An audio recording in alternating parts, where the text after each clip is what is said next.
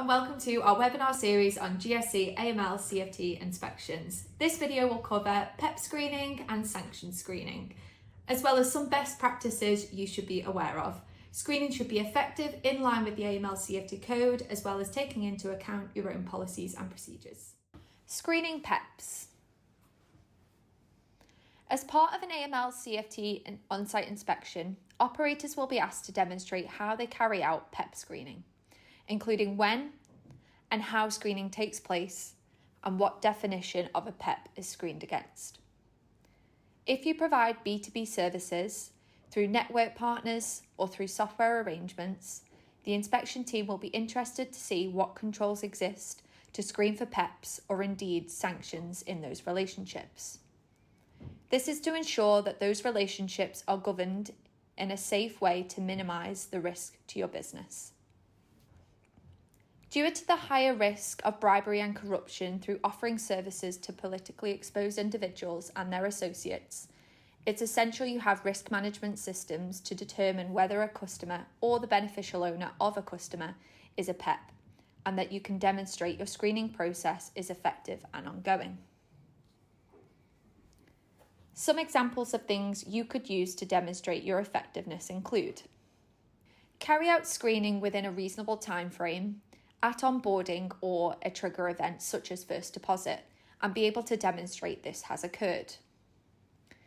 For thoroughness, record the date screening first took place and the date of each ongoing check to evidence that screening has been undertaken continuously. It may be that screening is done through an automated tool provided by a third party, in which case look to evidence the parameters of the checks undertaken. Clearly document false positives in order to demonstrate that they have been reviewed and discounted. If you accept PeP customers, then ensure that any EDD or PeP measures are undertaken and documented, and this includes senior management approval. Once a PeP, always a PeP. If you have reasonable grounds to conclude someone's PeP status is no longer considered a PeP, then take steps to assess and document your reasons for such decision. Good practice tips. Audit screening inputs to ensure that the correct details are being used and that the results are accurate and consistent. Where this isn't the case, put training in place and ensure staff understand what information is needed and how to add it accurately. Audit what any third-party screening provider screens against. Does the definition align with the code definition of PePs and associates? And monitor the results to ensure that they are aligned with any expectations and ensure that the parameters for screening are adjusted accordingly. Consider seeking additional identification information in order to fully discount or prove any screening hits.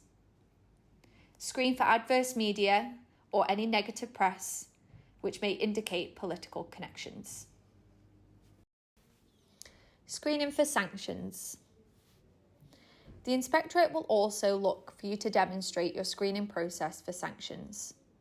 Similar to PeP screening, the inspections team are interested in how you complete the screening process for sanctions and how often. The PeP screening examples for good practice also apply for sanctions. Additionally, the inspections team will want to establish what your processes are once a customer has been found to be a sanctioned individual. You should be able to demonstrate a documented process and talk through the steps taken to complete a sanction screening check. This is your opportunity to show us that you're doing a great job. You may be asked to demonstrate a real sanctions check on a customer. This is to establish whether staff adhere to policies and procedures effectively and assess understanding and effectiveness of the process. Some examples of things you could do to demonstrate your effectiveness include: demonstrate staff understand how and when an internal disclosure is to be made, what tipping off means and how to handle a sanctions match when discovered. Provide copies of all relevant internal processes relating to sanction matches available to staff, demonstrating that they can be understood and are accessible for frontline staff who may not have English as their first language. Demonstrate that key role holders understand how to deal with funds belonging to sanctioned individuals and that those funds can be restrained until appropriate consent is received. Good practice tips. Subscribe to updates such as the Customs and Excise RSS feeds to ensure that you have the most up-to-date sanctions information. Include screening against other relevant country lists such as OFAC. Refer to guidance issued on sanctions provided by relevant agencies such as Customs and Excise.